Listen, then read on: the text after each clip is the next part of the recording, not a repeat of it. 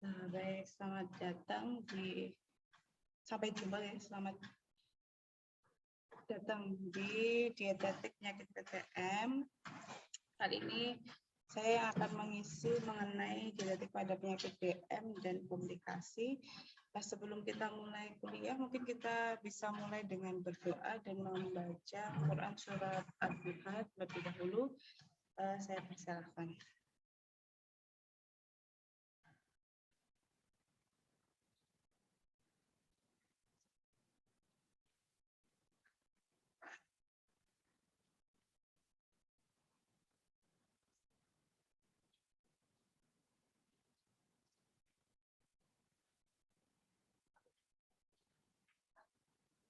Baik. Oke, izin off cam sebentar ya, nanti di tengah kan saya baru on cam. Baik, jadi ini topik sebelum UTS ya, setelah Lebaran, dan satu topik sebelum UTS itu tentang penyakit DM. Sebelumnya kan teman-teman sudah belajar 6 topik sebelumnya ya, sudah ada dietetik pada pencernaan, kemudian ginjal, apalagi jantung dan pembuluh darah, dan beberapa penyakit yang lain ya.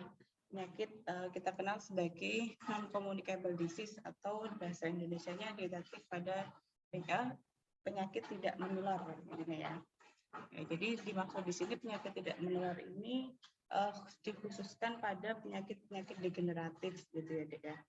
Nah, pada topik ini kan ada judul diabetes mellitus dan komunikasi. Nah, sehingga karena sebelum-sebelumnya itu sudah teman-teman sudah belajar ya tentang penyakit-penyakit non communicable disease yang lain. Nah, pastinya penyakit-penyakit sebelumnya itu nantinya akan banyak berhubungan juga dengan diabetes mellitus. Ya karena seperti kita tahu ya, diabetes mellitus itu juga bisa disebut mother of disease gitu ya. Jadi ketika terkena DM ya, kita singkat DM, itu bisa merembet gitu ya, terjadi komplikasi penyakit-penyakit di organ tubuh yang lain ya. Oke.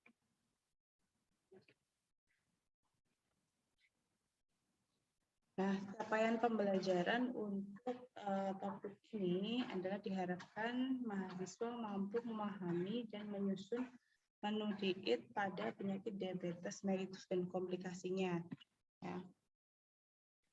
Nanti kita akan membahas mengenai kriteria diagnosis ya, DM itu seperti apa, kemudian tanda dan gejala DM, penyebab DM, kemudian bagaimana kita menggali data untuk assessment ya, untuk menggali permasalahan pada pasien nantinya, kemudian bagaimana penata laksanaan diabetes mellitus dari segi gizi, kemudian nanti terkait intervensinya, konseling, edukasi, dan monitoringnya. Ya, jadi PAGT-nya gitu ya, non nutrition care prosesnya. Jadi ini untuk sebagai dasar ya,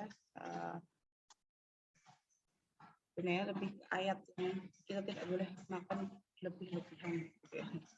Nah, ini adalah patofisiologis dari diabetes mellitus ya. Sebelumnya pastinya teman-teman sudah dapat materi patofis ya di semester 4. Semoga masih ingat ya, patofis untuk diabetes mellitus itu ada pada intinya adalah terkait produksi terkait metabolisme glukosa ya, dan juga hormon ya, sekresi hormon insulin dari pankreas ya. Nah, ini bisa teman-teman lihat, ini adalah bagan gitu ya, bagan alur yang nantinya akan berkaitan ya dengan metabolisme glukosa, gangguan metabolisme glukosa pada penyakit diabetes mellitus. Ya. Nah, dalam diabetes sendiri itu sebenarnya kan dikenal ada 2 tipe ya, ada tipe 1 dan tipe 2 ya. Untuk tipe 1 itu terjadinya bisa jadi karena sejak lahir gitu ya. Jadi memang tidak bisa kita kontrol semata-mata dari pola makannya saja atau pola gaya hidupnya aja gitu ya. Karena itu dari kecil dan biasanya memang diderita oleh anak-anak ya, dan sepanjang hidupnya memang harus ada pengontrolan ketat terkait asupan kalorinya dan juga hormon insulin. Jadi memang harus disuntik insulin karena pada DN1 itu kan permasalahannya adalah tidak adanya insulin gitu ya, yang membantu dalam penyerapan glukosa di dalam tubuh gitu ya. Kemudian kalau yang kedua adalah diabetes mellitus. Nah, diabetes mellitus ini permasalahannya lebih kepada metabolisme ya. Awal mulanya memang biasanya terjadi karena perubahan pola hidup ya, pola hidup yang kurang baik gitu ya, terutama juga pola makan, aktivitas fisik, kemudian pola tidur, manajemen stresnya itu biasanya nanti bisa mengarah ke diabetes jika tidak dilakukan dengan baik gitu ya, polanya tidak baik. Nah, pada DN2 ini ada beberapa masalah yang ditemukan. Yang pertama, permasalahan pada insulinnya gitu ya. Yang pertama adalah resistensi insulin, atau bisa dikatakan insulinnya itu kurang mampu untuk memasukkan glukosa darah gitu ya. Glukosa ke dalam sel gitu ya. Terus yang kedua itu adalah kurangnya insulin yang diproduksi ya oleh pankreas untuk membantu memasukkan glukosa itu ke dalam sel. Ya. Nah, jadi gini mekanisme terjadi DM itu gitu. Jadi kan untuk diubah menjadi energi ya, kita beraktivitas ini kan membutuhkan energi gitu ya. Nah, bahan bakar energi itu ATP itu yang kita pakai adalah glukosa ya. Jadi dari makanan yang kita makan itu kan kalau yang dari karbohidrat kan bentuknya polisakarida, kemudian kalau protein itu peptida ya, lemak ya, lipid itu ya, itu nanti akan dipecah menjadi bentuk-bentuk terkecilnya yang pada muaranya itu nanti hasil akhirnya adalah glukosa ya. Glukosa yang akan dipakai untuk pembentukan energi. Jadi nanti kalau dari lemak, dari protein pun juga nantinya kan tetap harus diubah menjadi glukosa dulu kan ya, sebelum digunakan untuk produksi ATP. Ya. Nah, glukosa yang dihasilkan itu kan harus masuk ke dalam sel dulu ya, sebelum bisa digunakan untuk produksi energi ATP. Ya. Nah, kalau pada orang normal, glukosa itu akan masuk ke dalam sel dengan bantuan insulin. Kalau kita ibaratkan glukosa itu seperti tamu yang mau masuk ke rumah ya, selnya itu rumah, insulinnya itu adalah kunci rumahnya. Ya, kunci rumah. Jadi di sel itu kan ada pintu-pintu ya. Nah, untuk bisa membuka pintu itu membutuhkan insulin ya. Insulin itu sebagai kuncinya untuk bisa masuk ya. Nah, kalau pada orang normal, ketika ada glukosa mau masuk, insulin itu akan membukakan, kemudian glukosa masuk ke dalam sel dan bisa menjadi bahan bakar energi.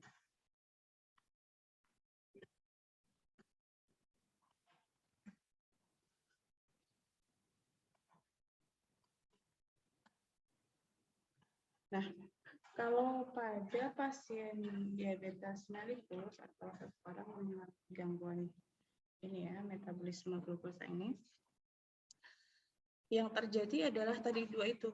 Yang pertama, kalau yang terjadi adalah resistensi insulin, itu yang insulinnya itu sebenarnya banyak, punya banyak insulin, tapi insulinnya itu kuncinya nggak cocok sama pintu sel gitu. Jadi dia beredar banyak, tapi kuncinya nggak cocok, sehingga dia tidak bisa membantu memasukkan glukosa gitu. Nah, kemudian yang kedua itu adalah insulinnya yang kurang. Jadi pankreas kita mengalami gangguan dalam produksi insulin, sehingga ketika banyak glukosa, insulinnya kurang, otomatis kan tidak bisa tidak bisa semuanya masuk ke dalam sel ya. Akhirnya glukosa yang nggak bisa masuk ke sel itu dia akan banyak beredar di pembuluh darah ya, di luar sel-sel tubuh. Ya, nah itulah yang kalau diukur dengan tes glukosa darah ya akan menandakan kadar glukosa dalam darah yang tinggi itu ya. Nah seperti ini ya, akan menyebabkan hiperglikemia.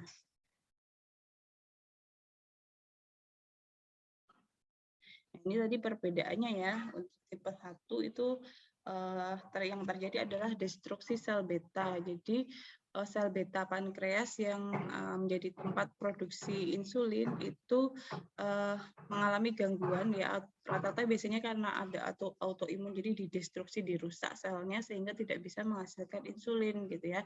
Akhirnya kan insulinnya menjadi kurang, bahkan tidak ada kayak gitu pada diabetes tipe 1 ya. Oke, miring. Baik, kemudian pada tipe 2 tadi ya bervariasi ya, bisa jadi karena resistensi insulin ya. Jadi kalau insulinnya resisten itu insulinnya ada tapi dia tidak bisa kuncinya itu tidak cocok ya, tidak bisa membantu memasukkan glukosa ke dalam sel ya.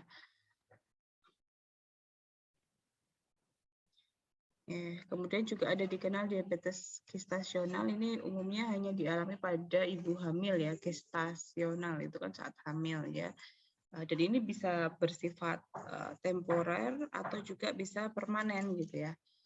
Rata-rata yang ibu hamil yang mengalami diabetes itu sebenarnya dia akan tinggi pada masa kehamilan, tapi setelah melahirkan akan normal kembali gitu ya. Tapi risiko untuk bisa mengalami diabetes di kemudian hari itu lebih tinggi gitu ya daripada ibu hamil yang tidak mengalami diabetes saat kehamilan. Ya, penyebabnya apa saja gitu ya kalau yang diabetes gestasional? Bisa banyak sih, tapi salah satunya bisa karena obesitas, overweight gitu ya. Bisa juga ada keturunan memang riwayat keluarga ya, ada mengalami diabetes gitu ya. Tapi rata-rata karena overweight. Makanya pada ibu hamil itu disarankan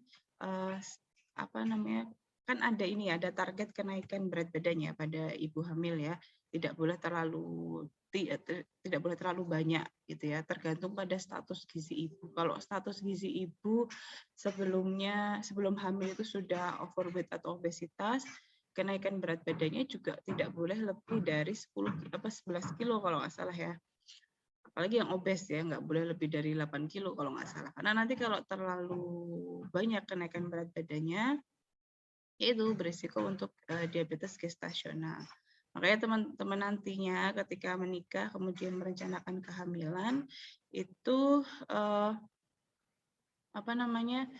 dijaga berat badannya sebelum hamil ya. Gitu. Ini kok mahasiswanya berkurang terus-menerus ya setelah absen. Nanti saya cek nih siapa ya nanti di menit ke berapa nih?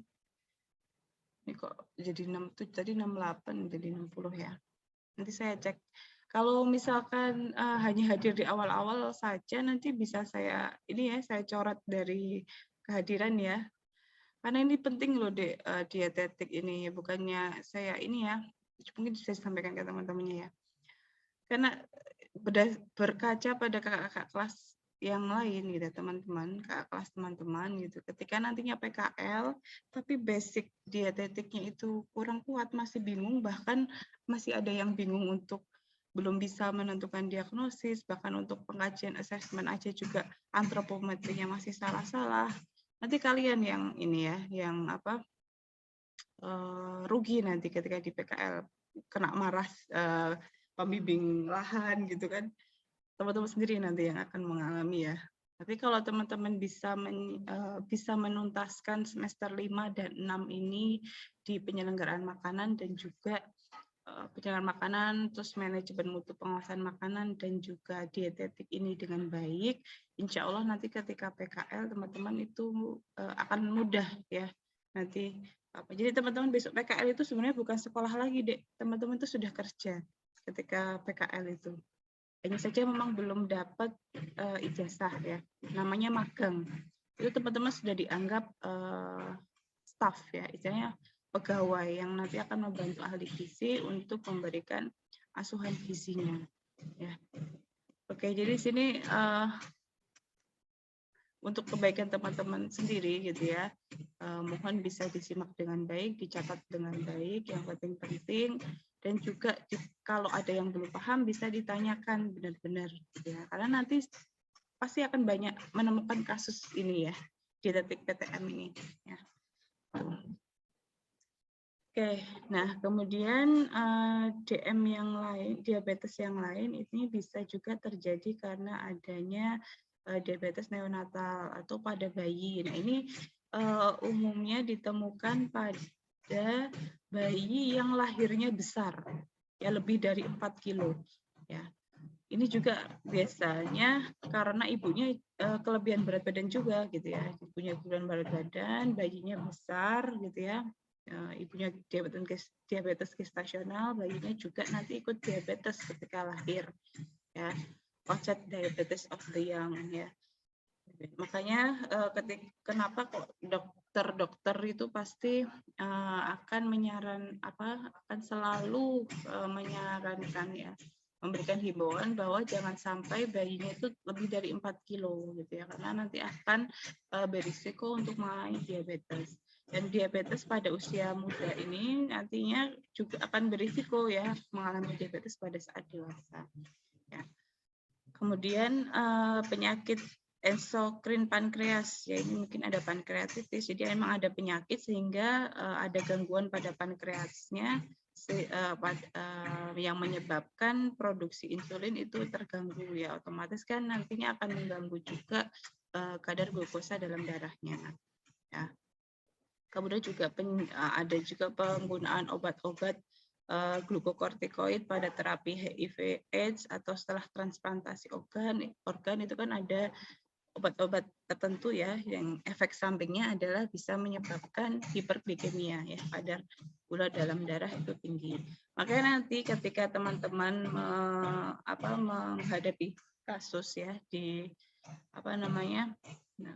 di rumah sakit ya, itu teman-teman harus komprehensif ya dalam melakukan assessment ya. Jadi dicari tahu kira-kira penyebab hiperglikemianya itu apakah murni karena memang dia diabetes atau bisa jadi karena ada itu dia mengkonsumsi obat-obat tertentu gitu ya yang menyebabkan hiperglikemia ya. Jangan sampai karena hiperglikemia itu penyebabnya sekunder ya ibaratnya, jadi bukan penyebab utamanya. Jadinya teman-teman mendiagnosis menyimpulkan ya diagnosisnya itu sebagai diabetes mellitus, padahal sebenarnya itu hiperglikemia, efek samping dari obat-obatan tertentu, ada penyakit tertentu. Karena akan nantinya akan beda ya, akan beda intervensinya. Karena kalau misalnya hiperglikemianya itu dari hiperglikemia sekunder ya, atau karena ada penyakit penyerta, berarti kan yang harus di treatment jadi intervensi itu ya yang penyakit utamanya dulu gitu ya. Karena kalau penyakit utamanya sudah teratasi, hiperglikemianya pun nanti juga akan teratasi, biasanya gitu ya. Jadi harus jeli di situ ya. Jadi nanti ketika assessment itu teman-teman jangan terlalu fokus saja pada asupan. Jangan terlalu fokus pada asupan saja, ya. Jadi meskipun kita ahli gizi ya, nanti juga yang ditanyakan riwayat makan gitu ya, tapi kita juga harus fokus ke yang lainnya. Kita lihat patofisiologisnya gitu ya. Kemudian data-data penunjang yang lain, baik dari meskipun kita kan poinnya cuma A, B, C, D ya, antropometri, biokimia, klinik fisik, data history ya. Tapi nanti data yang dipakai, misalkan yang klinik fisik tidak hanya vital sign-nya aja, misalkan suhu, denyut nadi, tekanan darah, frekuensi nafas aja gitu ya. Ketika nanti misalkan di rekam medis itu ada ronsen, hasil ronsen yang bisa berkaitan dengan penyakitnya, kita juga harus perhatikan dulu itu, harus kita lihat nih hasil ronsennya gimana gitu ya. Nanti apa namanya atau hasil CT scan yang lain kita juga harus benar-benar perhatikan di rekam medis itu untuk bisa apa namanya menyimpulkan atau memberikan intervensi yang tepat ya untuk pasien ya. Ini kami tekankan ya untuk teman-teman selanjutnya yang 2019 nantinya gitu ya. Karena berkaca juga pada pengalaman kakak sebelumnya ya, kakak-kakak sebelumnya gitu, itu rata-rata memang agak kurang di bagian assessment teman-teman itu ya, assessment dan diagnosis gizinya ya. Karena itu kan kunci ya untuk bisa memberikan intervensi. Kalau permasalahan utamanya itu sudah diketahui, ya otomatis kan nanti ketika intervensi kan tinggal ngikutin aja ya, ya. Tinggal ngikutin masalahnya apa gitu ya. Nah,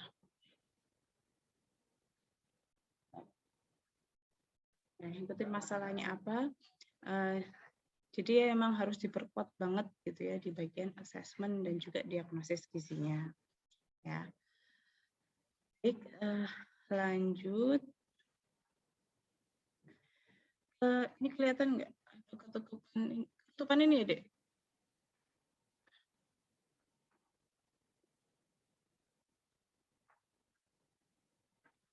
Kita lihat sini ya.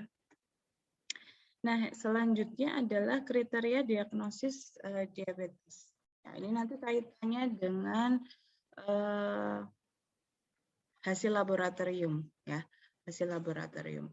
Ya, jadi diabetes mellitus itu salah satu cara untuk mendiagnosisnya itu memang harus cek darah ya, nggak bisa hanya dengan melihat tanda-tanda fisik saja. Misalkan kan biasanya kan kalau diabetes itu tanda-tanda umumnya selalu kelelahan, kemudian juga sering buang air kecil, selalu lapar, kemudian apa namanya selalu haus. Itu kan paling umum itu ya.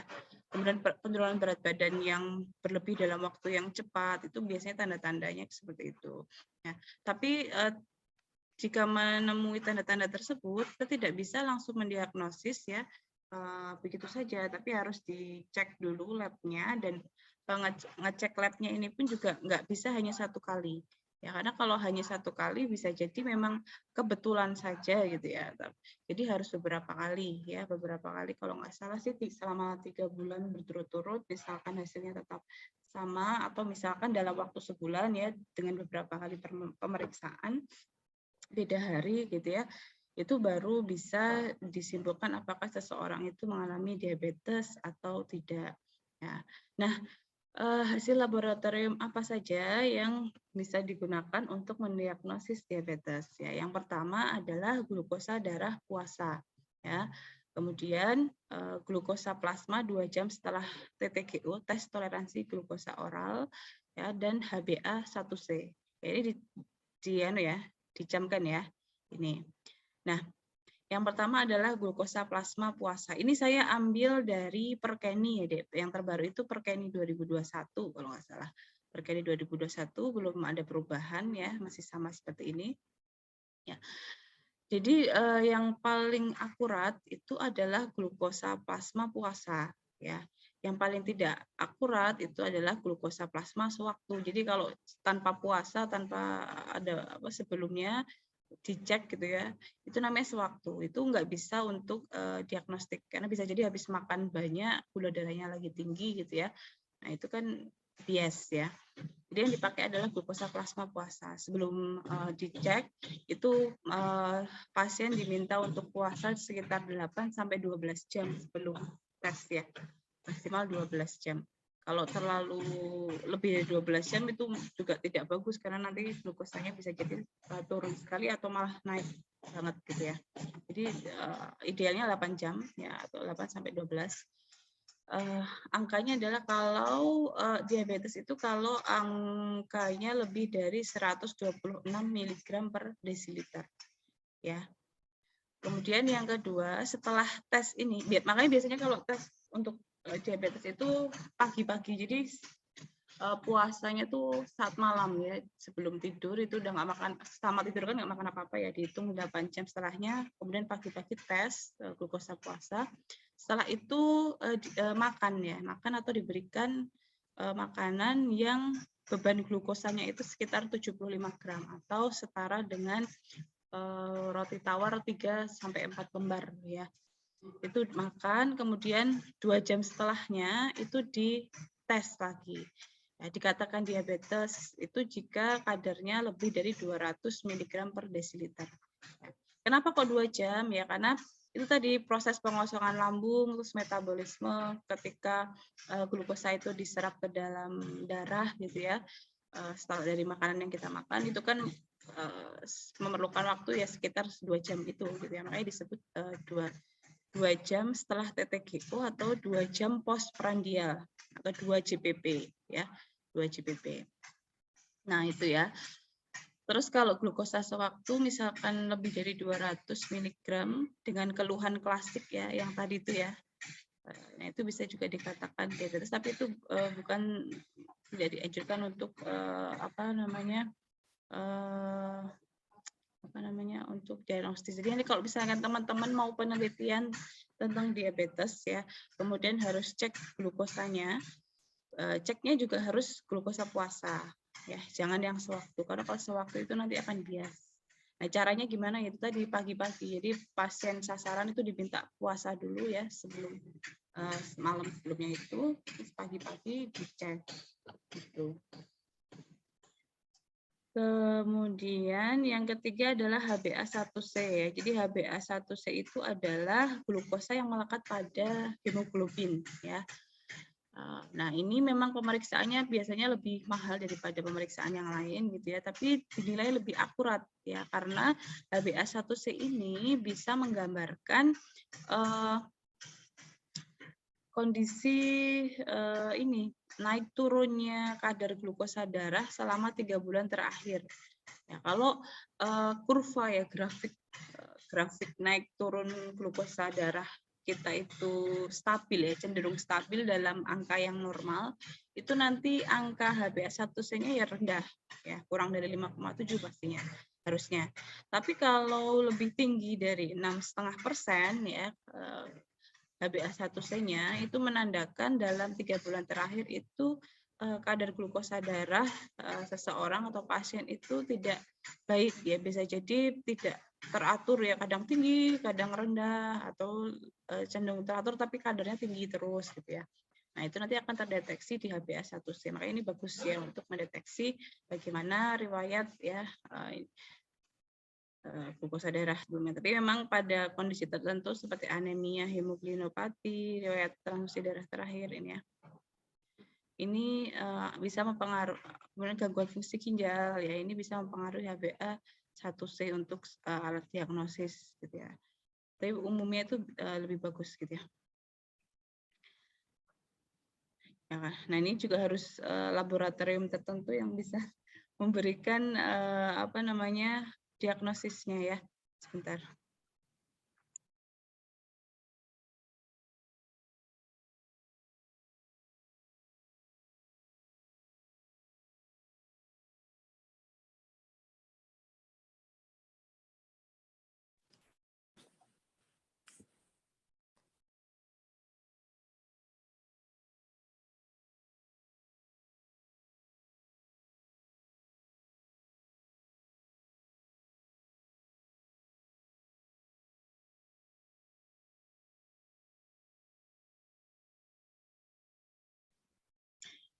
Nah, itu ya.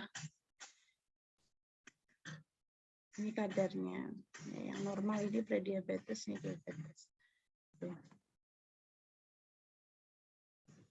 Next, ini beberapa tanda tadi ya, tanda umum yang paling sering ditemukan pada pasien diabetes tadi ya, selalu merasa kelelahan gitu ya. Mekanismenya gimana sih kok bisa ada tanda-tanda ini gitu ya? Yang pertama nih ya selalu lapar gitu ya, padahal mungkin sudah makan tapi setelahnya kok pengen makan terus. Nah, ini berkaitan dengan mekanisme tadi ya, glukosa itu pada penyakit DM kan glukosa tidak bisa semua masuk ke dalam sel ya, karena ada masalah insulin tadi ya. Sehingga sel itu kan akan merasa kelaparan ya. Ini mana nih kok glukosa nggak masuk nih. Jadi selnya lapar. Akhirnya sel itu mengirim sinyal ke otak ya, ke tubuh gitu ya, menandakan bahwa ini saya lapar, ini belum ada glukosa yang masuk ke saya gitu ya. Selnya kan ngirim gitu. Nah, otomatis tubuh akan mengkompensasi dengan memberikan sinyal lapar ya, supaya pasien itu penderita DM itu bisa makan ya, makan yang banyak kan gitu ya, kalau secara nalar ya, kalau lapar ya makan gitu ya, makan yang banyak supaya kenyang gitu. Akhirnya kan mengkompensasi dengan rasa lapar itu ya, padahal ketika makan banyak glukosanya kan juga nanti akan menumpuk di pembuluh darah gitu ya, tidak bisa masuk ke sel juga gitu ya. Tapi kan tubuh kan tidak bisa tubuh kan menilainya ya itu saja gitu ya. Jadi kalau lapar ya selnya nggak ada glukosa ya, timbulkan rasa lapar supaya makan banyak supaya glukosa yang masuk itu banyak. Nah, kayak gitu. Ya. Nah, kemudian itu kan semakin tinggi kadar glukosa darah itu kan berarti konsentrasinya darah itu kan akan semakin kental ya, karena kaya akan gula. Teman-teman kan kalau misalkan bikin sirup gula aja deh, ya, sirup gula itu kan semakin banyak gulanya kan akan semakin kental gitu ya. Otomatis kan konsentrasinya menjadi tinggi, itu juga nanti akan mengirim sinyal ke otak gitu ya, ke tubuh. Ini kekentalan darahnya terlalu kental gitu ya konsentrasinya, harus diseimbangkan nih, harus diperbanyak cairan. Akhirnya kan muncul rasa haus ya, dimunculkan rasa haus supaya minum yang banyak, supaya konsentrasi dalam darahnya itu menjadi menurun gitu ya. Ya, otomatis kalau banyak minum ya pasti akan banyak buang air kecil gitu ya. Gitu. Jadi fisiknya itu mengkompensasinya seperti itu. Kemudian juga kenapa kok selalu lelah? Ya itu tadi karena kadar glukosa dalam darahnya tinggi, otomatis itu rasanya akan ngantuk, capek. Kayak kita kalau habis makan ya, siang habis makan banyak gitu kan. Itu kan kenapa kok kita langsung ngantuk ya? Itu karena kadar gula dalam darah kita sedang tinggi. Ya, sedang tinggi, sedang proses ya untuk masukkan ke sel gitu ya. Nanti kalau udah sekitar jarak 2 jam ya, pengosongan lambung itu nanti kita lama-lama juga nggak ngantuk sendiri gitu ya, karena sudah mulai glukosanya bisa masuk ke dalam sel gitu. Jadi kadar glukosa dalam darah kita itu menjadi lebih rendah gitu ya. Terus sudden weight loss ya, ini tadi karena kompensasi selnya kan nggak dapat makanan, otomatis kan dia akan mengambil makanan, akan selain kompensasi untuk rasa lapar terus-menerus, ya dia akan mengirim sinyal ke simpanan tubuh ya untuk bisa memecah simpanan glukosa untuk dipecah menjadi glukosanya gitu ya. Dipecah terus gitu, akhirnya kan simpanan glukosa dalam tubuh itu kan akan semakin berkurang, otomatis kan jadi cepat kurusnya gitu ya, cepat kurus yang tidak diinginkan ya, yang tidak bagus juga gitu ya. Nah, nanti proses pemecahan pembongkaran simpanan glukosa dalam tubuh yang berlebih itu jadi tadi bisa berujung pada munculnya benda keton ya, hasil samping benda keton, sehingga nafas pasien diabetes itu kan akan berbau aseton gitu ya, karena banyak hasil samping katabolisme tadi gitu ya, yaitu benda keton ya. Baunya seperti aseton. Terus luka yang tidak mudah sembuh gitu ya, karena kan kalau kadar gula darah yang tinggi ya, gula itu kan makanan bakteri, kuman bakteri yang cukup baik ya. Jadi ketika luka banyak gula di situ, otomatis bakterinya kan akan banyak juga yang di situ kerasan, akhirnya kan jadi nggak sembuh-sembuh gitu ya prosesnya, karena banyak bakteri yang menginfeksi gitu ya. Nah penyebabnya apa untuk diabetes? Pastinya dari gaya hidup yang tidak sehat ya, sedentary lifestyle, kurang aktivitas fisik, kegemukan, dari pola makan tinggi kalori gitu ya. Nah, Jadi kelebihan gula lemak ditimbun menjadi lemak mengakibatkan resistensi insulin yang lama-kelamaan menjadi diabetes. Ya. Nah, penata laksanaannya bagaimana nih untuk kalau sudah terjadi diabetes gitu ya. Kalau masih ada baru resiko ya, sekedar resiko saja, ya bisa dicegah dengan perbaikan gaya hidup. Semakin kalau kegemukan ya harus diturunkan berat badannya, karena semakin mendekati berat badannya mendekati normal diturunkan, itu bisa menurunkan juga resiko ininya diabetesnya ya. Makanya kalau ada pasien diabetes kegemukan ya memang salah satu sarannya juga menurunkan berat badan, karena nanti bisa membantu penurunan glukosa darahnya gitu ya. Nah, tapi kalau sudah diabetes bagaimana? Nah, ini ada beberapa metode gitu ya, ada beberapa terapi ya, selain terapi medis ya dari dokter, farmakologis, itu kita kenal juga terapi gizi ya, terapi gizi medis. Dan ini sebenarnya terapi gizi medis itu adalah penanganan yang paling utama gitu ya, karena dokter pun ya ketika menjumpai pasien diabetes itu yang bagus itu adalah tidak boleh langsung diberikan obat atau insulin. Ya, tapi harus menjalani perbaikan pola makan dulu, Dek. Dia harus perbaikan gaya hidupnya, aktivitas fisiknya, pola makannya, pola tidurnya, itu harus diperbaiki dulu. Nah, nanti dikontrol ya, dimonitor selama beberapa lama. Biasanya kalau pasien DM itu sebulan sekali sebaiknya periksa ya untuk mengontrol itu. Kalau ada perbaikan profil darahnya ya, profil glukosa darahnya ada perbaikan gitu ya, mulai terkontrol nih, ya berarti lanjut aja gitu ya, perbaikan pola makan gaya hidupnya. Tapi kalau ternyata kok nggak berhasil ya, karena bisa jadi dia tidak patuh diet ya.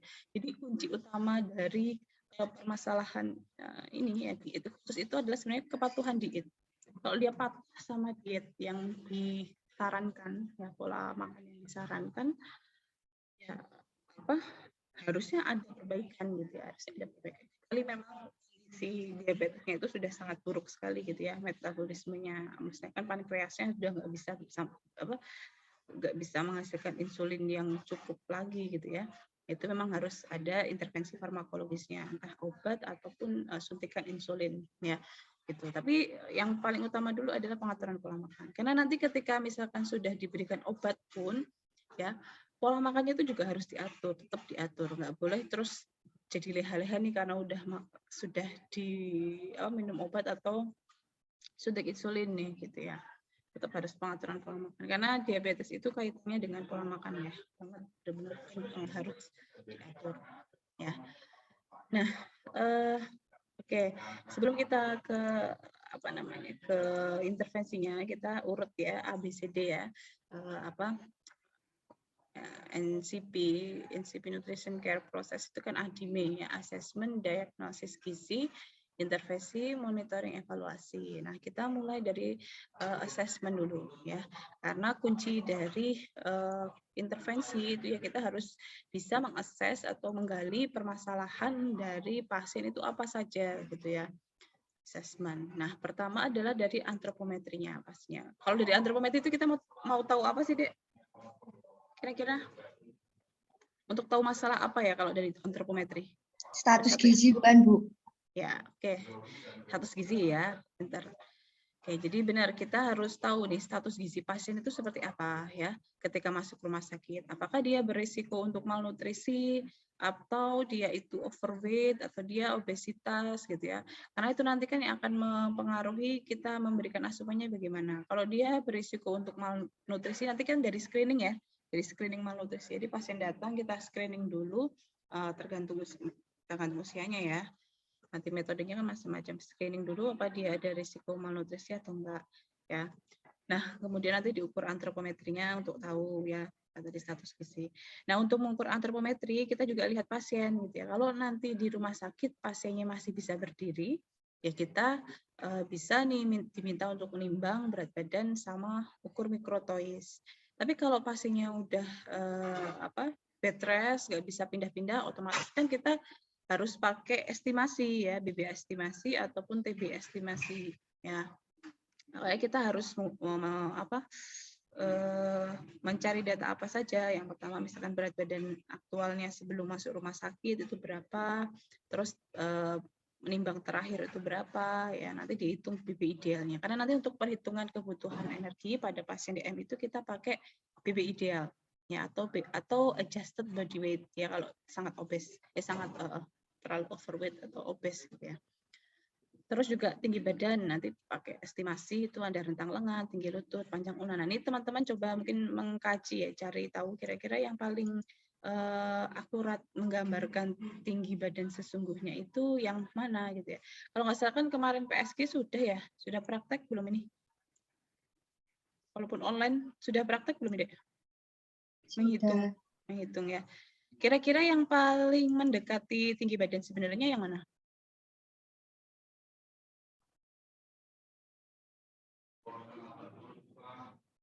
Ada nggak yang menganalisis? Coba ya nanti di rumah masing-masing ya, silahkan. Kalian kan sudah pernah mengukur tinggi badan pakai mikrotola ya yang sebenarnya. Terus nanti coba pakai TB estimasi dari rentang lengan, tinggi lutut, sama panjang ulna. Mana yang paling kira-kira mendekati tinggi sebenarnya. Nah itu yang dipakai ya. Itu. Tapi juga kita lihat pasiennya. Kalau misalkan pasiennya itu nggak mau ngukur rentang lengan kok tangannya sakit nggak bisa gitu ya, berarti kita pakai tinggi lutut. Tapi kalau nggak bisa nekuk kaki aja susah gitu ya, kita pakai panjang ulna. Kita tergantung pasiennya. Kalau misalkan nggak masalah untuk rentang lengan, tinggi lutut sama panjang ulna, berarti kita pilih salah satu aja mana yang paling akurat menggambarkan atau paling mendekati tinggi sebenarnya. Sama lila ya, lila nanti untuk BB. Nah, itu ya untuk antropometri. Nanti mungkin kalau membutuhkan pengukuran antropometri yang lain juga bisa ditambahkan. Tapi pada dasarnya itu ini ya, antropometri yang kita pakai untuk asesmen pasien diabetes. Terus selanjutnya adalah biokimia. Nah, nanti kalau di rumah sakit itu biasanya kan hasil labnya itu lengkap sekali ya, banyak gitu ya. Tapi paling dasar itu adalah profil darah ya, cek darah biasanya. Nanti ada gula darah puasa atau gula darah struktur. Kalau TTGU sih jarang ya kalau di rumah sakit ya. TTGU itu biasanya untuk pasien-pasien rawat jalan biasanya. Tapi tidak menutup kemungkinan di pasien rawat inap juga pakai gula darah TTGO setelah TTGO. Ya, nanti biasanya ada GDP, GD sewaktu, kemudian nanti ada juga MCV, MCHC, leukositnya juga, profil eritrositnya ada banyak. Tapi yang paling bisa nanti dilihat yang nilainya tidak normal itu apa saja, dicatat aja deh. Nanti dicatat. Terus nanti kan bisa di browsing. Kira-kira yang tidak normal itu ada efeknya nggak nih ke penyakitnya? Dicatat aja semuanya yang nggak normal. Kalau normal sih nggak masalah ya. Glukosa darah kalau normal pun HbA1c. Kemudian kalau dari teman-teman kan awal mula sebelum ke pasien kan lihat rekam medis dulu nih kalau di rumah sakit ya. Dilihat dia ada komplikasi nggak nih ya, ini bisa juga dilihat dari diabetes dari biokimia hasil labnya. Kalau di sana ada bun kreatinin GFR-nya itu ternyata tinggi atau ada keterangan tidak normal, berarti kan ada gangguan fungsi ginjal. Nah itu harus dicatat ya, benar-benar dicatat. Terus misalkan dari profil lipidnya LDL, HDL-nya, VLDL sama profil natrium, kalium sama kalsiumnya itu tidak normal ya, bisa jadi nanti ada gangguan jantung atau dislipidemia gitu ya. Nah itu dilihat ya, sambil dilihat kira-kira ada pemeriksaan lain yang menandakan diagnosis tambahan atau tidak ya. Karena kalau di rumah sakit itu jarang yang cuma satu komplikasi aja ya. Minimal banget tuh kalau diabetes tuh ada hipertensi biasanya ya. Hipertensi gitu. Yang banyak juga itu ginjal, itu banyaknya juga ada komplikasi DM-nya gitu ya. Apalagi nanti kalau teman-teman ada yang kedapatan di Sarjito ya. Di Sarjito itu kan sumbernya penyakit-penyakit komplikasi ya. Karena kalau yang sudah dirujuk ke Sarjito sebagai rumah sakit umum pusat itu pasti penyakit-penyakit yang cukup kompleks ya. Nah, itu pasti komplikasinya banyak ya. Nah, itu ya diperhatikan dari biokimia itu jangan hanya menuliskan gula darahnya aja gitu ya, tapi dilihat yang lainnya juga gitu ya. Ditulis yang tidak normal, kemudian dicari bisa browsing atau cari di jurnal di mana aja. Itu kalau nilai yang ini nilai nggak normal ini tuh nanti ada artinya tuh apa gitu ya, dicari tahu. Ya. Kemudian klinik fisik ya, klinik fisik itu kita lihat pertama pasti lihat vital sign-nya ya, vital sign-nya. Ya, nanti kan juga dimonitor setiap hari nanti ada perbaikan atau enggak. Nah, kemudian selain itu kita harus lihat juga keadaan umumnya pasien tuh gimana gitu ya. Apakah seger biasa saja atau lemas, lesu, nggak ada nafsu makan gitu ya. Susah diajak komunikasi atau tidak. Nah, itu itu yang kita catat juga itu ya, karena nanti salah satu tujuan diet kita itu adalah memperbaiki keadaan umum ya. Target kita itu tidak hanya memenuhi kebutuhan gizi aja, tapi kalau bisa dengan kita memberikan makanan yang pas ya, diet yang pas, pasien itu kondisinya lebih baik. Yang awalnya lemes, kemudian kita bantu dengan diet yang tepat ya, nanti targetnya ketika keluar dari rumah sakit udah seger gitu ya, udah bisa beraktivitas kayak gitu ya. Nah, terus dari kesadaran, nah ini nanti ini pengaruhnya ke bentuk makanannya. Kalau sadar ya, dilihat glukoma scale-nya ya. Kalau kompos mentis atau sadar penuh gitu ya, berarti kan dia bisa makan per oral misalkan atau bisa makan sendiri ya. Tapi kalau ada delirium atau somnolen yang delirium itu mengigau gitu ya. Jadi sebenarnya masih sadar tapi antara sadar dan nggak sadar delirium itu. Ya, jadi sebenarnya masih sadar tapi juga kalau dibilang sadar penuh ya tidak ya. Kalau somnolen ini bisa termasuk kondisi tidak sadar atau koma. Berarti kan kalau koma kita nggak bisa berikan per oral, pastinya harus diberikan dengan NGT ya. Jadi yang cair ya, cair yang nanti dibuatkan sonde atau kita kenal namanya sonde, diberikan ke pasien gitu. Dia harus diketahui dulu ya kesadaran pasien itu apa ya, jadi klinik fisik. Kemudian nanti kalau ada ronsen gitu ya, CT scan, USG, nah itu hasilnya. Kalau ada pemeriksaan ini kita lihat juga hasilnya. Ada kaitannya nggak nih sama sama diet yang akan kita berikan gitu ya. Terus yang D, dietary history. Nah, ini nanti jangan cuma di-recall aja gitu ya. Ya, nanti cuma nge-recall aja atau ini juga dilihat kebiasaan makan manisnya gimana, ditanyakan. Biasanya ada.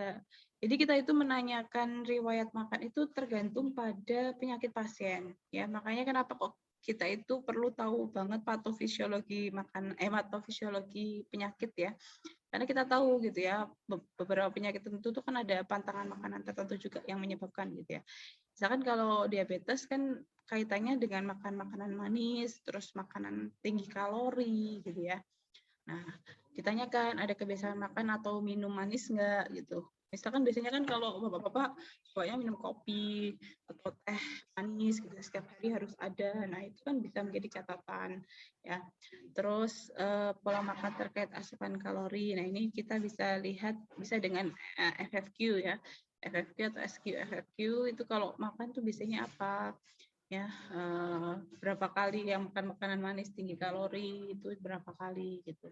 Terus kebiasaan makan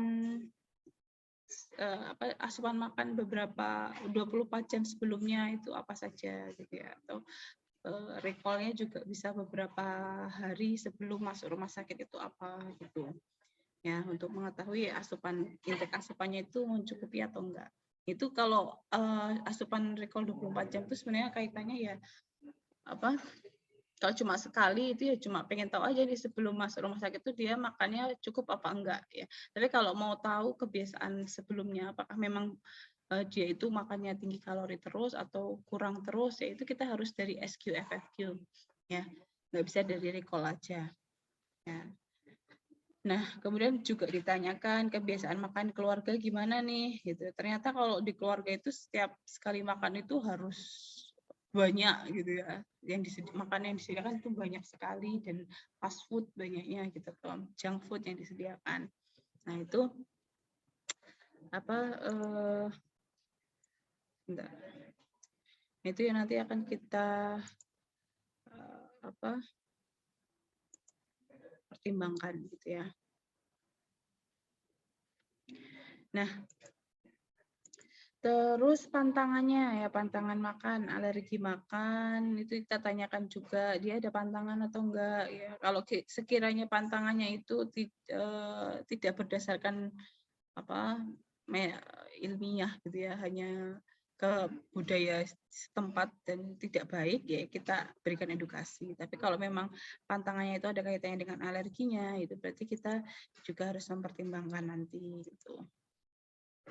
Ya.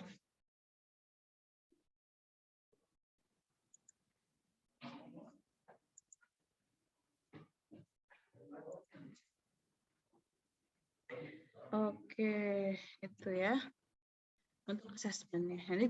Jadi di sini ya teman-teman, asesmen ini harus benar-benar digali. Jadi kita harus sekepo mungkin ya kalau menggali data pasien itu. Kita terus tanyakan juga mungkin apa namanya DM-nya sejak kapan gitu ya. Di sini yang saya tambahkan ya. Umum.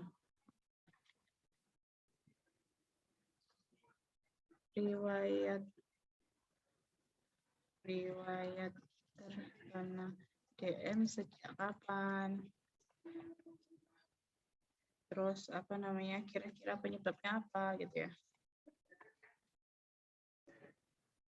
Kira karena apa?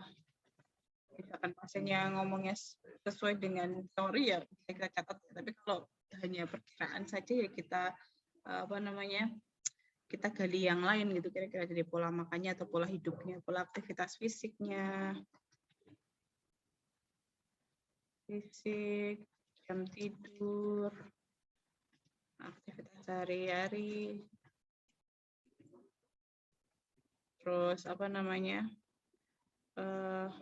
pendapatan, pekerjaan, pendidikan, ya, riwayat DM kita keluarga ada atau tidak gitu, ini bisa berpengaruh. Dukungan keluarga juga,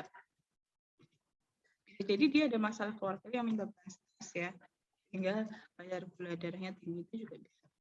Nah, itu salah satu beberapa data umum yang bisa digali pada pasien diabetes ya, yang nantinya pasti akan sangat berguna untuk menyusun intervensi. Oke. Lalu lanjut ya, kalau kita sudah tahu permasalahan pasien itu kita menyusun diagnosis di sini. Saya bikin apa namanya perkiraan aja, perkiraan. Nanti kalau kata-kata yang pasnya ya harus lihat IDNT ya, terminologinya itu seperti apa. Sebentar.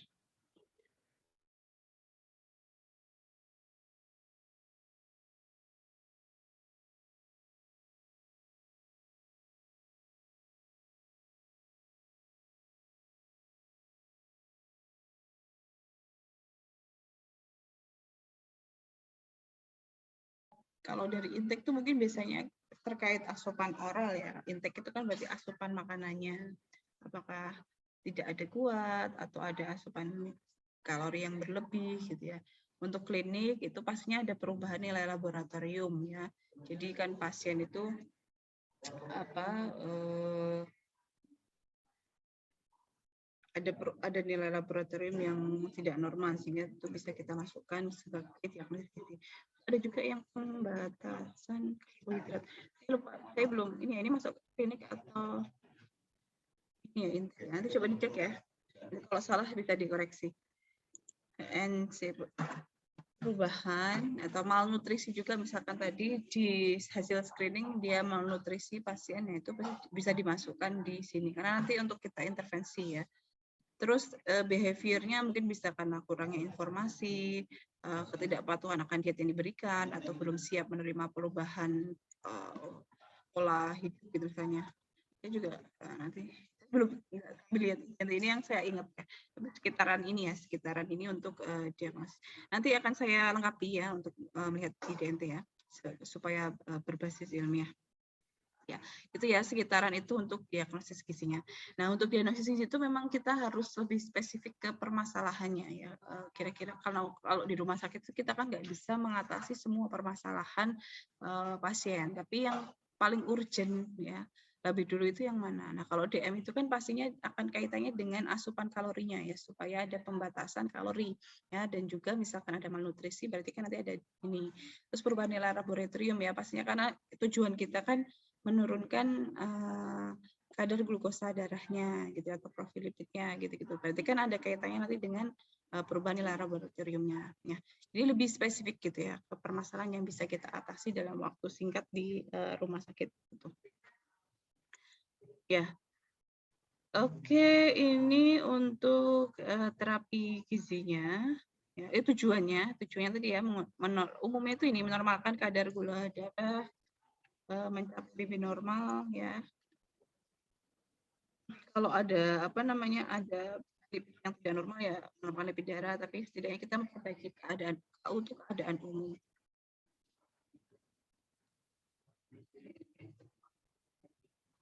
Ya, supaya bisa aktivitas normal atau memperlambat komplikasi. Ini umumnya ini ya untuk tujuan-tujuan untuk diabetes ya. Nanti kalau misalkan ada ginjal gitu ya, berarti kan bisa ditambahkan memperlambat progresivitas, tapi nanti bisa masuk di sini sih, memperlambat komplikasi bisa masuk ke sini juga ya. Kan bisa masuk macam-macam. Itu ya untuk tujuan. Untuk share. Kemudian kita lanjut ke syarat atau prinsip diet. Nah, ini yang harus teman-teman camkan ya, jangan sampai lupa ya. Syarat atau prinsip diet DM itu kita kenal sebagai 3J, jadwal, jumlah, jenis makanan. Ya, jadi syarat utama dalam di DM itu adalah pengaturan jadwal makan. Ya, pengaturan jadwal makannya nanti kita jadwal makannya itu harus terjadwal 3 kali waktu makan, 3 kali selingan misalkan ya. Dengan intinya prinsipnya tuh setiap 3 jam itu harus ada makanan gitu ya, tapi juga kalorinya harus dibatasi sesuai dengan kebutuhan kalorinya gitu ya. Kenapa kok harus diatur jadwalnya? Ya ini kaitannya dengan naik turunnya kadar gula dalam darah ya. Jadi kalau kita makanan kita dicerna itu kemudian nanti dikeluarkan secara bertahap ke usus halus ya. Nah, kemudian di usus halus itu kan terjadi penyerapan zat gizi, salah satunya juga ya penyerapan glukosa ya. Kalau makannya itu terlalu banyak dalam satu waktu, otomatis kan nanti yang diserapkan bisa langsung banyak gitu ya. Nanti langsung tinggi gula darahnya. Terus habis itu makannya sedikit. Yang diserap cuma sedikit. Nanti kan kurvanya kan jadi tidak stabil ya. Tapi kalau kita memberikan asupan makan itu dengan pembatasan kalori yang terjadwal, misalnya yang sama gitu ya, yang stabil, itu harapannya adalah naik turun gula darahnya itu pun juga lebih stabil gitu ya, lebih terkontrol. Ya.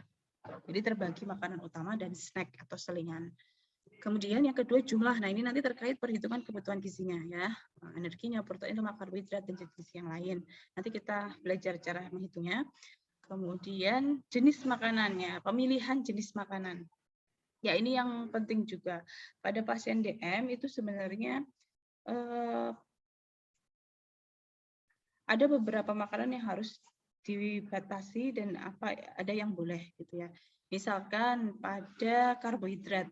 Ya, karbohidrat itu diutamakan karbohidratnya adalah karbohidrat kompleks dari pati-patian dan sangat dibatasi untuk karbohidrat sederhana seperti gula, sirup ya, yang manis-manis itu kan sangat dibatasi karena langsung mengandung glukosa yang langsung bisa diserap ke dalam tubuh. Jadi nanti lebih cepat menaikkan gula darah. Tapi kalau pati-patian dalam bentuk polisakarida itu kan harus butuh waktu dulu nih. Polisakarida dipecah dulu jadi disakarida, dari disakarida dipecah dulu jadi monosakarida. Itu kan perlu waktu. Jadi dengan waktu yang agak lambat ini harapannya kan glukosa yang masuk ke dalam, yang diserap gitu ya. Dan diserap tubuh itu pun juga bertahap. Ya, makanya kenapa kita mengutamakan karbohidrat kompleks dulu gitu. Terus juga nanti terkait buah-buahan, ya buah-buahan itu bagus tinggi serat, tapi juga harus dipilih buah itu ada yang indeks glikemiknya tinggi, ada yang indeks glikemiknya itu sedang atau rendah. Kaitan apa sih Bu indeks glikemik itu? Ada yang tahu nggak indeks glikemik? Ada yang tahu indeks glikemik nggak?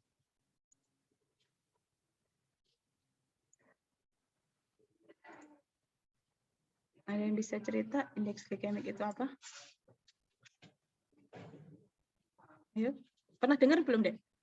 Atau baru dengar ini? Baru dengar ini atau ada yang pernah dengar? Ada yang pernah dengar belum, Wes? Pernah, Ada yang pernah dengar belum? dengar tapi lupa, Bu. Oke. Ya, jadi indeks glikemik itu seperti skor ya. Skor beberapa makanan yang mampu menaik. Jadi gini istilahnya. Seberapa cepat makanan tersebut mampu menaikkan glukosa darah. Ya, indeks glikemik itu. Semakin tinggi indeks glikemik, jadi kalau angka indeks glikemiknya tinggi, berarti dia cepat, ya, dia lebih cepat menaikkan glukosa darah ketika dimakan, karena kandungan glukosanya lebih tinggi gitu ya. Jadi karena kan buah itu apa namanya kandungannya kan fruktosa ya dek ya, itu kan termasuk monosakarida, ya kan dia cepat diserap, misalkan buah gitu ya. Ada juga beberapa jenis makanan polisakarida yang lain ya, makanan pokok yang indeks glikemiknya tinggi, misalkan roti tawar putih, terus kentang rebus, kentang panggang, itu indeks glikemiknya tinggi ya. Jadi ketika dimakan itu cepat menaikkan gula darah ya. Tapi kalau yang indeks glikemiknya rendah itu dia lebih lambat ya. Biasanya yang indeks glikemiknya rendah itu dia cenderung berserat. Misalkan kayak nasi merah, terus yang seret-seret itulah pokoknya ya. Karena kalau seratnya tinggi ya, dia apa namanya karbohidratnya itu bentuknya ada starch ya, resistant starch ya. Ada beberapa apa namanya apa ya istilahnya, saya agak lupa itu, sehingga memperlambat pemecahan glukosanya gitu ya. Jadi diserap tubuh itu lebih lambat. Nah, disinilah jenis makanan ini kita harus pintar-pintar pilih. Ada kok tabel indeks glikemik. Teman-teman bisa cari. Saya ini ngasih kayak ya. Ini. Ini indeks glikemik ya, sudah ada nih di slide ini. Yang merah-merah ini yang indeks glikemiknya tinggi. Ada juga namanya beban glikemik. Belum saya kasih penjelasan yang beban glikemik. Tapi ini indeks glikemiknya tinggi itu kayak apa ini, beras putih, nah nasi putih ya, roti tawar apapun ya, putih maupun gandum ternyata tinggi. Crackers, waffle, kentang panggang, rebus, goreng, jadi kentang dalam berbagai jenisnya, labu. Nah ini kita lihat jagung itu kan cenderung berserat ya, dia indeks glikemiknya termasuk sedang, nih lebih rendah. Ubi juga. Yang paling rendah itu ketela, ya, kacang-kacangan cenderung rendah. Buah itu yang tinggi semangka, indeks glikemiknya tinggi itu semangka, melon, nanas, pepaya, ya. Tapi dia beban glikemiknya cenderung rendah. Nanti coba kita tahu ya beban glikemik apa. Terus, nah itu ya, ini ada banyak, nanti bisa dilihat ya sambil mau dihafalkan juga boleh, monggo biar lebih mempermudah ya. Itu kemudian kita bahas pertama ya. Sebentar. Baru baca dari Wening.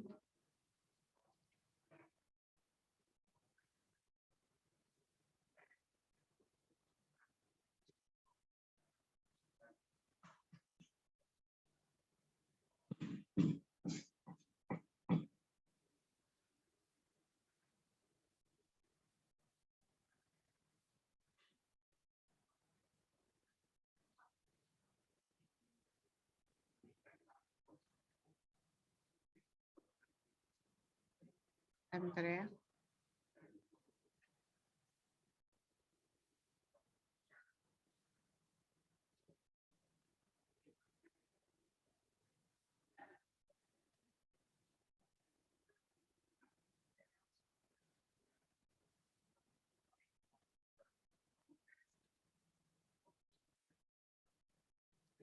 Oke, jadwal itu, nah ini kita ubah menjadi 3 kali makanan utama, 2 sampai 3 kali makanan sampingan tadi ya, interval 3 jam.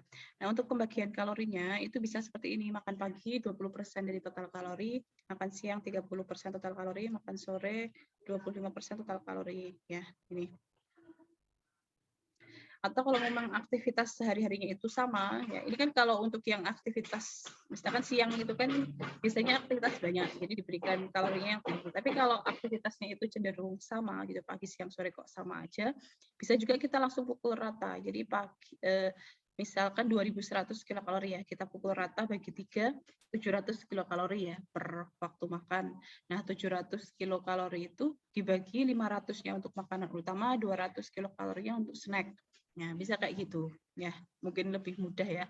Di rumah sakit biasanya mungkin bisa juga seperti itu sih menghitungnya, karena kan kalau di rumah sakit kegiatannya sama ya, bed rest rata-rata itu bisa seperti itu. Yang penting kan dalam sehari itu terpenuhi kebutuhan gizinya dan stabil kalori yang diberikan gitu ya. Terus ini contohnya ITM 2100 kalori tadi ya. Sudah dilihat, isi sayurnya 2 porsi, lauknya ada lauk nabati hewani, ada buah, terus minumnya juga selingannya itu ada air kacang hijau.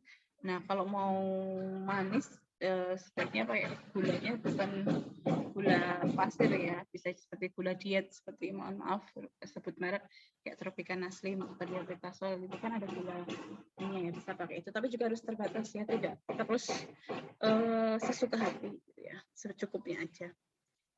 Kemudian jumlah, nah ini jumlah itu kan terkait perhitungan kebutuhan kalori ya. Ini kalorinya kalau menurut Perken ini masih 2019, saya update nanti ya. 2021 juga masih sama. 5 sampai 65 total kalori. Coba kita lihat ya. Saya buka.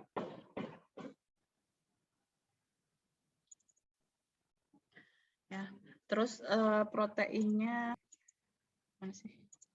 10 sampai 20% total kalori atau pakai ini aja komplikasi. Misalkan kalau ada komplikasi ginjal, ya kita pengaturan proteinnya ikut di diet ginjalnya. Kalau belum hemodialisis rutin ya itu berarti kita berikan rendah proteinnya 0,6 sampai 0,8 gram per kilogram berat badan. Tapi kalau nih ya kalau misalkan sudah hemodialisis rutin itu bisa 1 sampai 1,2 gram kilogram berat badan ya. Kalau anak dan ibu bisa 20% atau 1,5 sampai 2 gram per kilogram berat badan.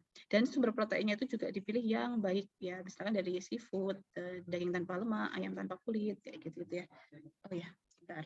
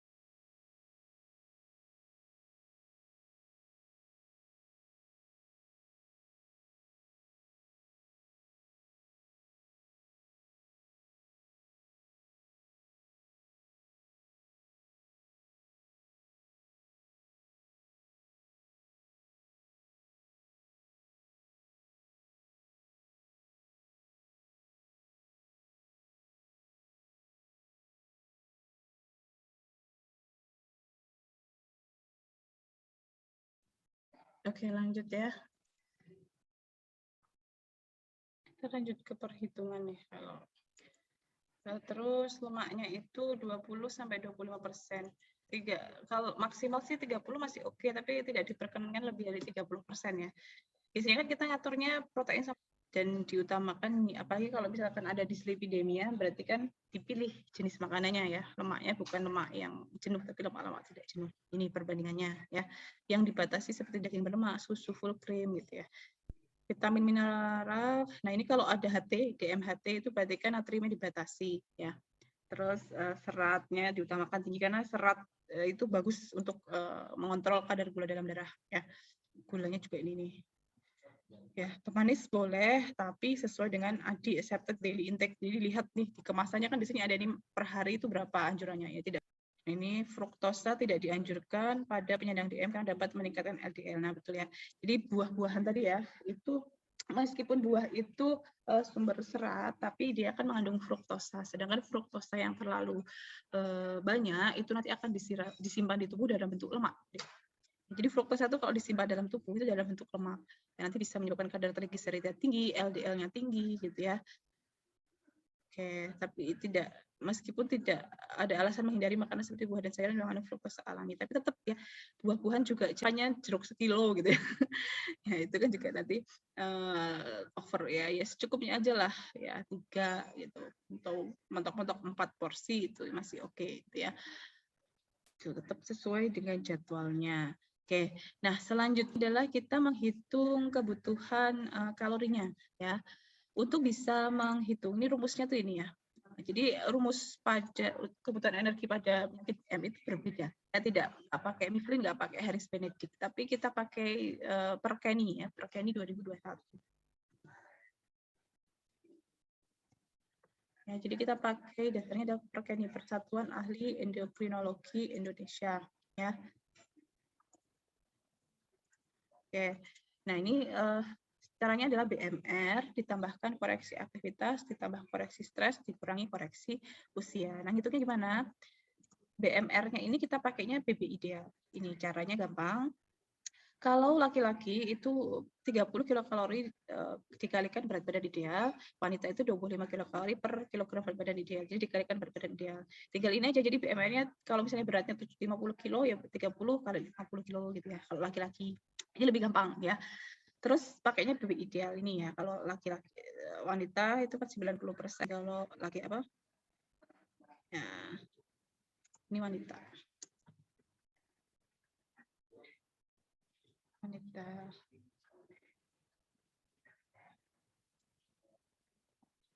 Perempuan gitu aja. Ini ya. Jadi bedanya ini.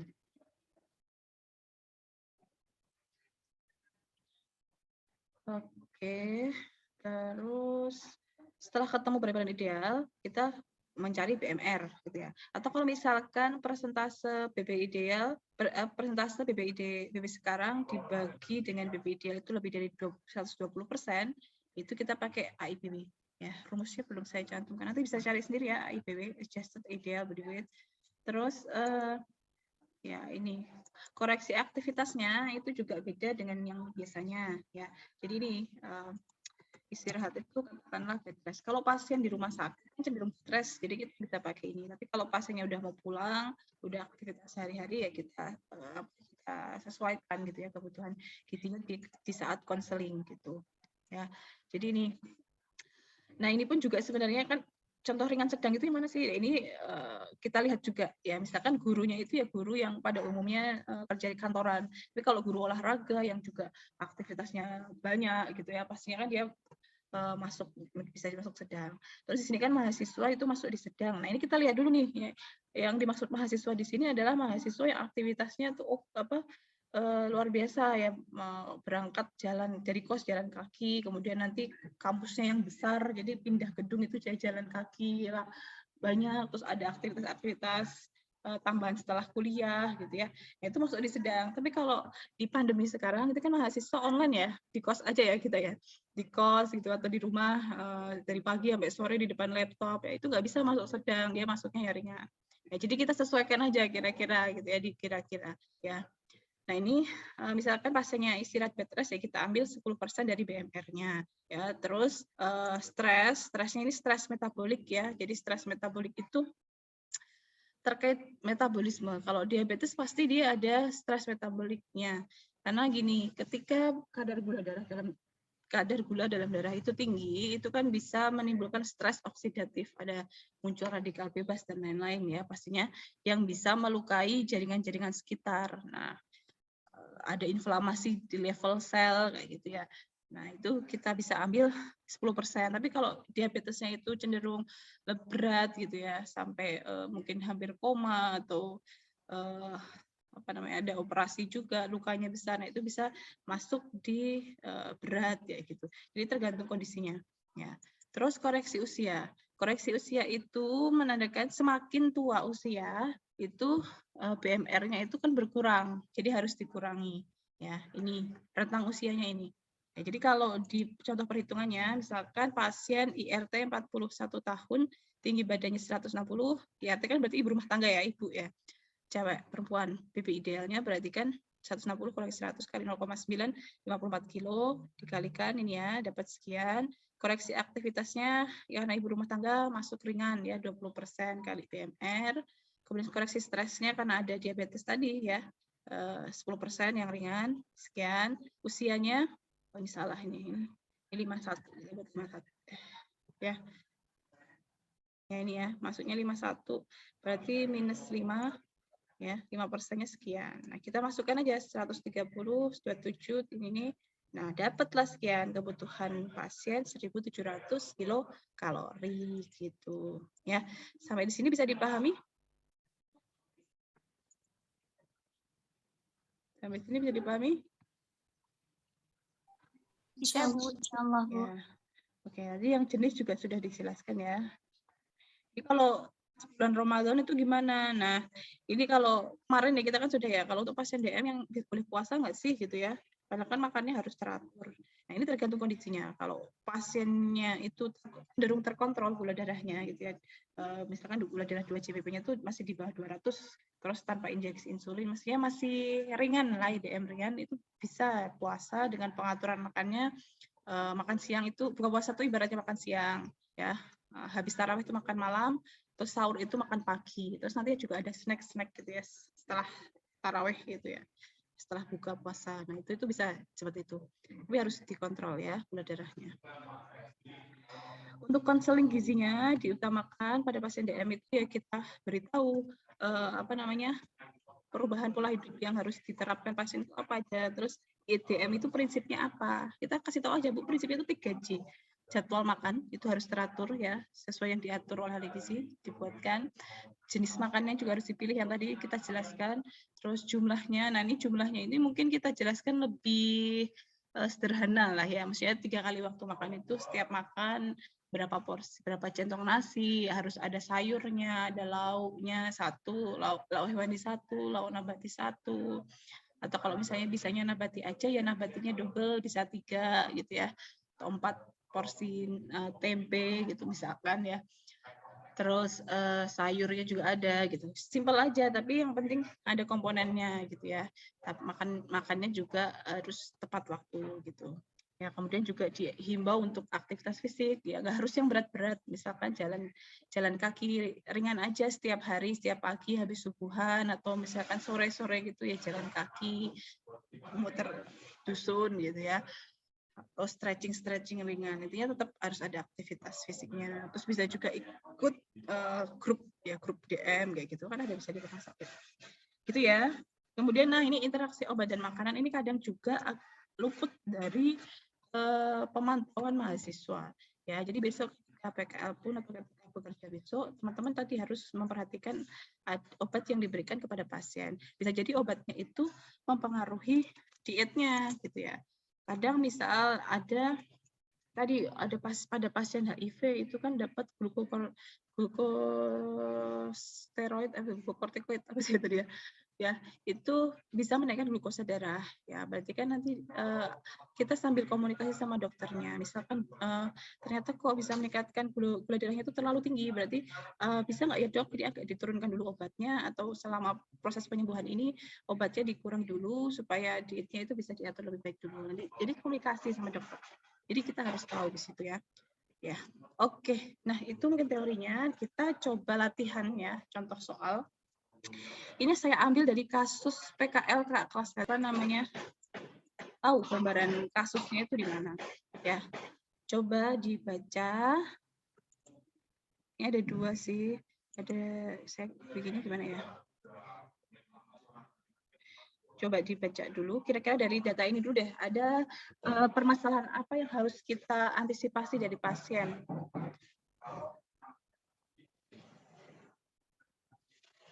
CKD, Ibu. CKD, oke. AKI itu apa ya kepanjangannya, Dek? AKI. Ada yang tahu?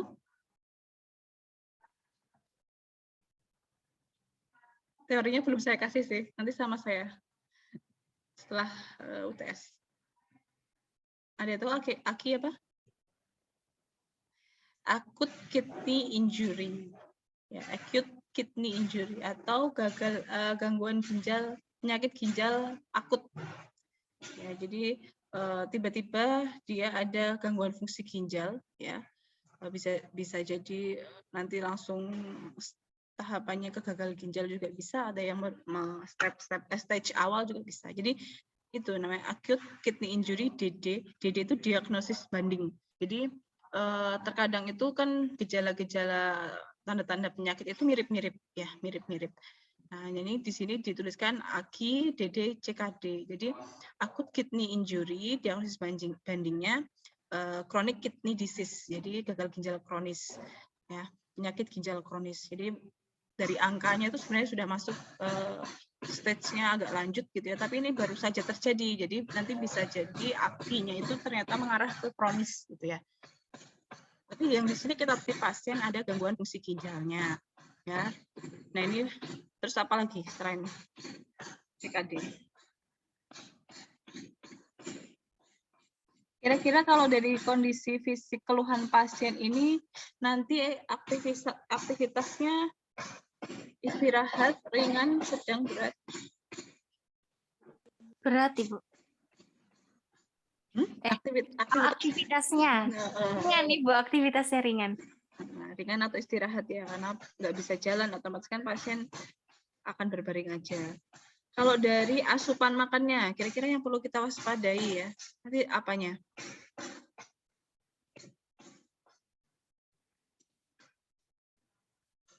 Kira-kira dia akan bisa makan dengan mudah nggak dengan keluhannya ini?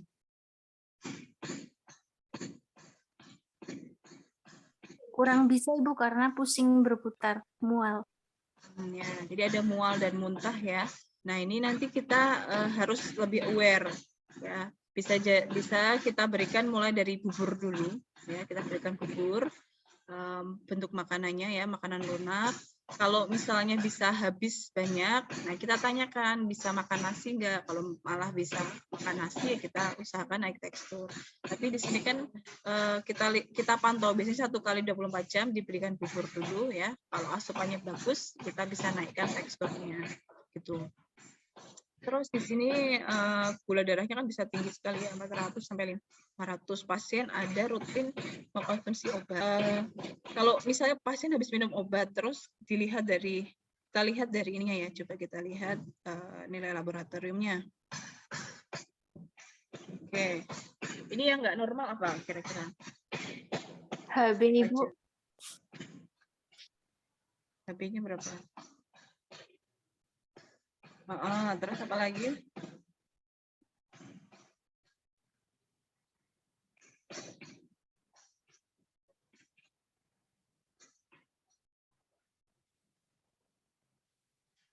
Apa lagi?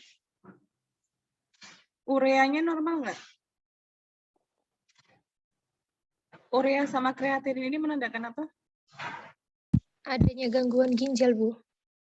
Ya, betul. Ya, kreatinin itu normalnya itu adalah kurang dari 1,1. Di sini dia 10, berarti kan tinggi sekali ya. Makanya kenapa tadi diagnosisnya CKD gitu ya. Dibilang AGI kenapa? Karena sebelumnya dia tidak ada riwayat ginjal. Ya, karena tidak ada riwayat ginjal, ketika memeriksakan diri kok kreatinnya tinggi, berarti kan akut ya, baru saja gitu ya, baru saja terjadi. Nah, itu nanti bisa jadi kronis kalau tidak segera diatasi. Tapi kalau sebelumnya dia ada riwayat gangguan ginjal, biasanya nanti sudah bentuknya CKD diagnosisnya karena sudah ada ya, gitu. Terus ada tulisan tes HVC rapid anti HNP20 dan HBsAg hasil non reaktif. Ini maksudnya apa?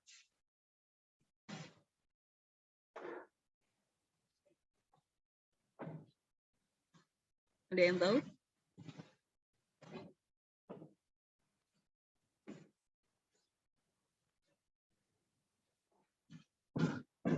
Jeng. Nanti coba cari tahu ya. Kalau nggak salah sih ini terkait tes HIV/AIDS ya, negatif, non reaktif berarti negatif ya.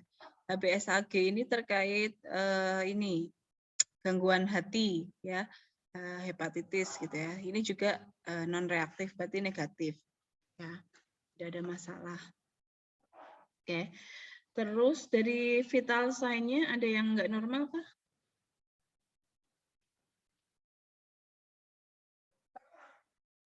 Vital sign?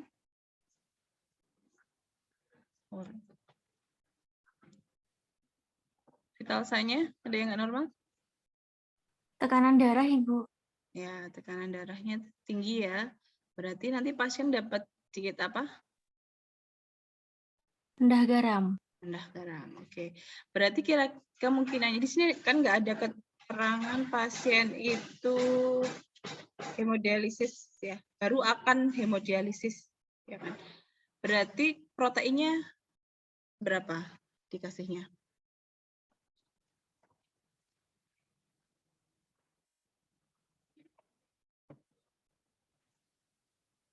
1 gram kah? 0,8, 1,2? Berapa? 0,8 sampai 1 gram, Ibu. Oke, 0,8 aja deh ya. Karena ini ya 0,6 sampai 0,8 karena pasien itu tadi kreatinnya tinggi ya, ada gangguan fungsi ginjal, dia belum hemodialisis ya. Berarti kan kita berikan rendah protein dulu. Kecuali nanti ada keterangan pasien sudah melakukan hemodialisis rutin seminggu 2 kali ya. Nah, berarti dia sudah hemodialisis rutin kan, kita kasih gitu.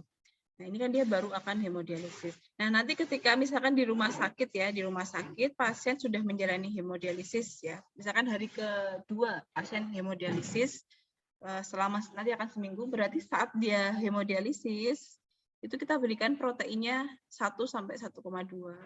Ya, jadi dalam waktu seminggu itu pasien dietnya itu bisa berubah-ubah.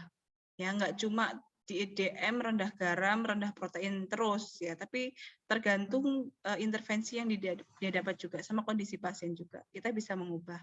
Mungkin di awal dikasihnya kan makanan diet DM rendah garam, makanan lunak ya, rendah protein. Nah, kemudian ternyata hari berikutnya, nah ini kan hari kedua setelah 1 hari dia mendapatkan hemodialisis. Berarti proteinnya kita naikkan bukan rendah protein lagi, tapi diet hemodialisis ya. Jadi 1 sampai 1,2 gram per kilogram berat badan selama seminggu ke depan. Ini ya. Jadi begitu. Bisa dipahami? Jadi nanti ketika kan ada monitoring evaluasi ya teman-teman ya. Nanti ketika pemberian diet itu juga ada plan intervensinya tuh nggak cuma 1 aja, bisa jadi bisa 2 kali ya. Ketika pertama masuk plan dietnya adalah tadi makanan lunak, rendah garam, rendah protein. Hari kedua diberikan diet DM rendah garam, diet hemodialisa. 1 sampai di proteinnya. Nah, itu nanti dibuat plannya terus di Monef ya, di Monef per hari itu seperti apa, apakah asupannya memenuhi atau tidak, terus nanti kadar kreatinin bunnya itu seperti apa, keadaan umumnya seperti apa. Nah, itu yang dipantau di Monef. Di sini juga teman-teman lihat ya, ini dari kelas kalian sudah mewawancara pola makan ya 3 kali sehari, asupan karbohidratnya, makanan pokoknya setiap harinya apa, bisa di sini diketahui bubur nasi 2 kali sehari, 1 mangkok nasi 1 kali ya sekian. Terus lauk hewaninya sebulan 1 kali, hati ayam 1 sampai 2 kali sebulan, setiap harinya itu apa. Nah, ternyata dia lebih banyak makan ini lauk nabati ya, tahu, tempe, ya, sayurannya itu apa saja. Ini udah di buah itu berapa kali ini pakai FFQ ya, SQ FFQ. Ya, seperti ini. Nah, ini caranya untuk nanti teman-teman mewawancara atau menggali data kepada pasien. Ya, nah, ini hasil recall-nya ini didapatkan ya setelah berarti teman-teman harus recall 24 jam terus nanti dihitung. Ya, dihitung nanti dapatnya berapa. Gitu. Sampai sini ada yang mau ditanyakan?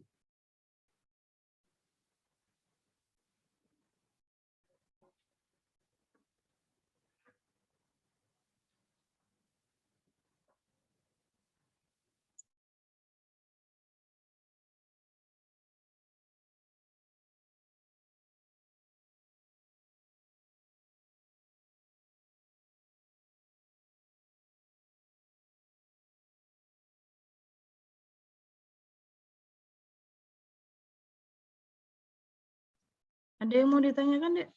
Udah jam 10 ya ternyata.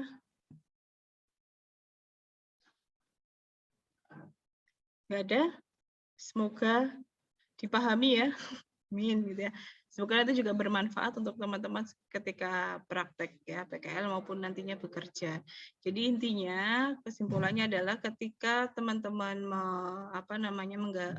mau memberikan intervensi kepada pasien itu harus menggali data sedetail mungkin ya di awal seperti yang tadi sudah dilakukan. Ini kalian sendiri yang menggali data ya. Jadi bisa dari melihat rekam medisnya. Kemudian kalau yang tidak ada di rekam medis ditanyakan ke pasien untuk dikonfirmasi. Pasiennya yang enggak biasanya tuh yang riwayat ini enggak ada di rekam medis kan kalau laboratorium ini ada ya, ada di rekam medis bisa diambil yang tidak normal yang sekiranya berkaitan dengan asupan makan ya. Terus juga vital sign ini juga ada, ambil yang terakhir atau bisa juga dilihat grafiknya seperti apa. Terus kalau recall ini ya kita sendiri ya, ahli gizi sendiri, teman-teman sendiri yang menggali data terus dihitung berapa ya. Ini juga ini kan nanti jadi yang teman-teman kan melihat menggali data wawancara langsung sama lihat rekam medis terus dibuat narasi ceritanya seperti ini ya. Jadi datang ke rumah sakit seperti apa, kemudian keluhannya apa saja, diagnosis dokternya apa, terus nanti intervensi yang diberikan dokter setelahnya itu apa yang nanti ada kaitannya dengan asupan. Ini kan kalau teman-teman nggak cermat bisa jadi nanti ada yang nggak nyatet terkait hemodialisis ini. Kalau nggak ada kata-kata seperti ini kan detail ya. Setelah 1 hari pasien dirujuk melakukan hemodialisis pertama. Pertama ini kan kuncinya ya, berarti dia baru hemodialisis. Dilanjutkan dengan hemodialisis rutin selama 2 kali seminggu. Berarti ini nanti dia sudah mulai rutin hemodialisis. Berarti diet yang diberikan ada diet hemodialisis gitu ya. Terus ini gitu. Terus ini ada keterangan tinggal bersama anak istri dan dimasakkan sendiri oleh istri. Berarti kan keamanannya terjamin ya. Bahan makanannya pun tahu bisa kita atur gitu ya. Tapi kalau beli berarti kan agak sulit. Nah, gitu kita tadi kaitannya dengan edukasi ya, edukasi ke pasien. Baik, itu ya mungkin itu dari saya. Kita tutup kuliah pagi hari ini dengan hamdalah. Alhamdulillahirrahmanirrahim. Wassalamualaikum warahmatullahi wabarakatuh.